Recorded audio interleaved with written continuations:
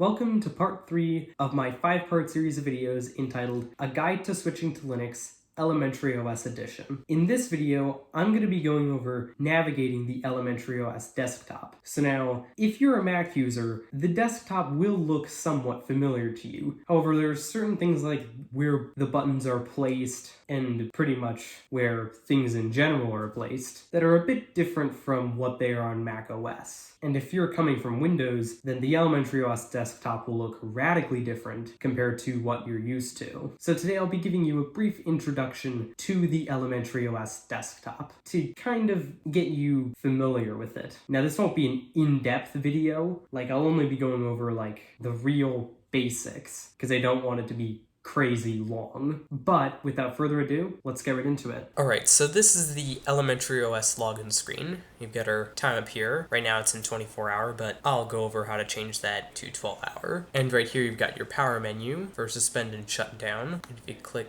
shut down, it'll ask you whether you want to shut down or restart. And by the way, suspend is Linux's equivalent of sleep mode. And then this is to control your internet connection. Right now it's wired because I'm in a virtual machine, but this is also where you manage your Wi-Fi connections on the login screen. And then this is the accessibility options. You've got screen reader and on-screen keyboard. If let's say you toggle on-screen keyboard on, you get a keyboard here, and I'm not quite sure what screen reader is. I guess I'll have to play with that later. But anyway, in order to log in, you just punch in your password and away you go. Now we're at the desktop. So now we get a lot more options up here. You got the power menu, which has now got more options, including our user account settings and the option to lock or log out. And if you click log out, a menu will pop up asking, are you sure you want to log out? Now let's click cancel since we don't want to log out right now. And actually, one thing that's actually really convenient about Elementary OS that I actually never knew about with Elementary OS, if you middle click the power menu or the power button on the top right, it'll show up your shutdown options. And if we look over at our notifications, we've got do not disturb here, which if you turn that on, it'll silence all incoming notifications. Right now it's telling us that updates are available for our system. I'll go over that in part 4 of this series. For now, let's clear it, which we could hover over each notification and click the X button, but here's a shortcut. Just click this little icon here, and it'll clear all your notifications. And you've got our notification settings right here. And again, this is where you'd manage your network connections, and then this controls your sounds. And then here's where you get your calendar and events, and you've also got today's date and the time up here. And now here's our application menu, which shows all the applications installed on your system. You can click each of these buttons to go from one page to the other, or you can switch to list view like this. Since we don't have a lot of applications on here, I actually find this more convenient. And we could search for applications here, like for example, web browser right here. And if let's say you want to open up an application, say our terminal, which you might actually end up using more often than you'd think, we can just click on it and it'll open. Now let's go over adding an application to your dock. To do that, you just right click and then click keep in dock. And now if you close it, it'll stay in your dock. If you want to remove it, right click it again and then uncheck keep in dock. And then if you want to open up an application in your dock, say your settings, same principle. Just click on system settings. And then this is where you're going to find all your settings. So I'm not going to go over all these settings since that'll drag out this video to be crazy long, but I'll go over a few of them, starting off with, as promised, our date and time. And first of all, let's change our time format to AM PM. We can switch between these by clicking each one. And right now it's saying 10:36 PM. That is actually not the current time where I am right now. So let's actually turn off based on location, which I find is not very accurate for whatever reason, and set our time zone manually. I am in the Americas in Eastern time near Toronto, and you can actually change what shows up in our clock up here. For example, if you wanted to show seconds, you can check that. However, I actually personally find that distracting when trying to work, so I actually just leave that disabled. And for example, we can hide day of the week here to just show the date.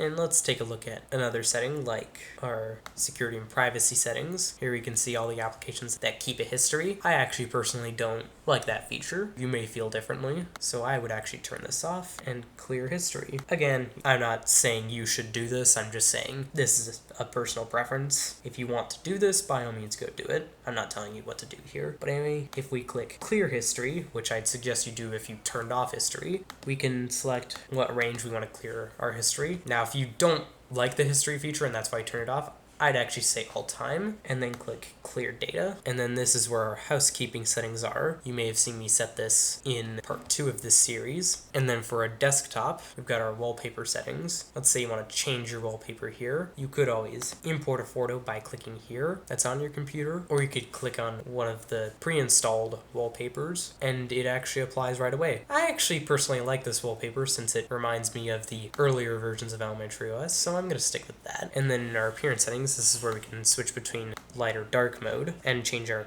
color scheme here, or rather our accent color. And this is also where you can change our text size, and we have a dyslexia friendly option. This can be really helpful for users with dyslexia. And then if we look over in applications, this is where we can manage our default applications for different operations, along with what apps launch on startup. Right now I've got nothing, along with our individual app permissions. I'd recommend not enabling an app permission unless you know that a particular application needs it. But anyway, let's take a look at the file manager here, which by the way I really think should be on the dock. So we could right click on this and click keep in dock, but I'm going to show you a shortcut. Just drag the application to the point on the dock where you want it, and it automatically stays in your dock. And let's say you want to remove an application from your dock. Say I don't see a need to have the videos application in here, for example. Just click and hold and drag that out of our dock, and it's gone. But anyway, navigating your file manager in terms of opening folders is pretty similar to what you'd have on Windows or Mac OS. We've got our sidebar here. Now, file system is basically the root of your file system, similar to how it is on Mac. On Windows, it's the equivalent of the C drive, and this storage section of your sidebar is where you're going to find all your storage mediums. And I'm sure everything else here is pretty self-explanatory. We've got different views here,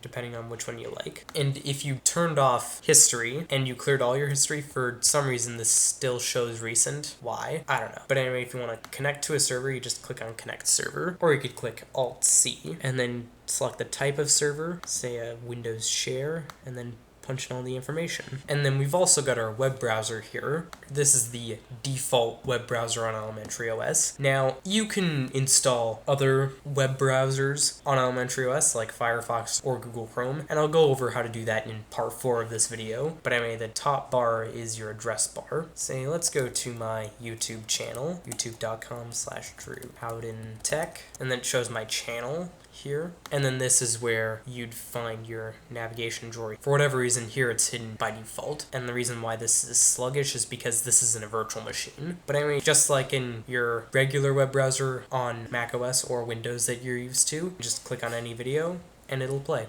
And this is where you're going to get your most visited websites here. If you want to clear something out, you can just click the X and it'll remove it. And then this gear icon is where you're going to find your settings here. For example, a key feature of this web browser called GNOME Web is that it has Firefox Sync, so you can sync with your Firefox account. And this star icon is where you're going to find your bookmarks. Actually, one thing I forgot to go over that I think is really important to this video is if you click on this button on the far right of the top bar, that's to maximize or shrink your application.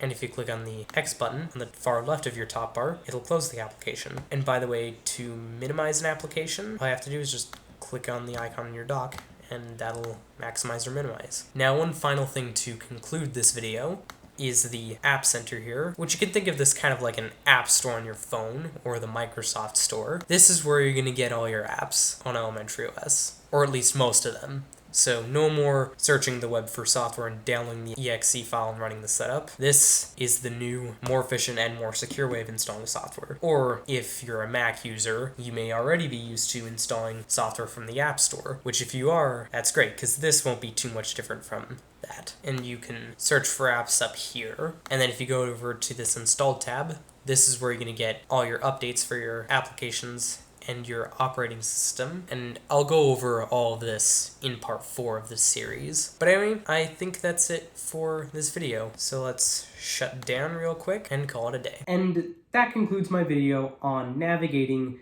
the Elementary OS desktop. So thanks for watching. If you liked this video, found it was helpful, hit the like button, share this video with your friends, subscribe to the channel, and leave a comment.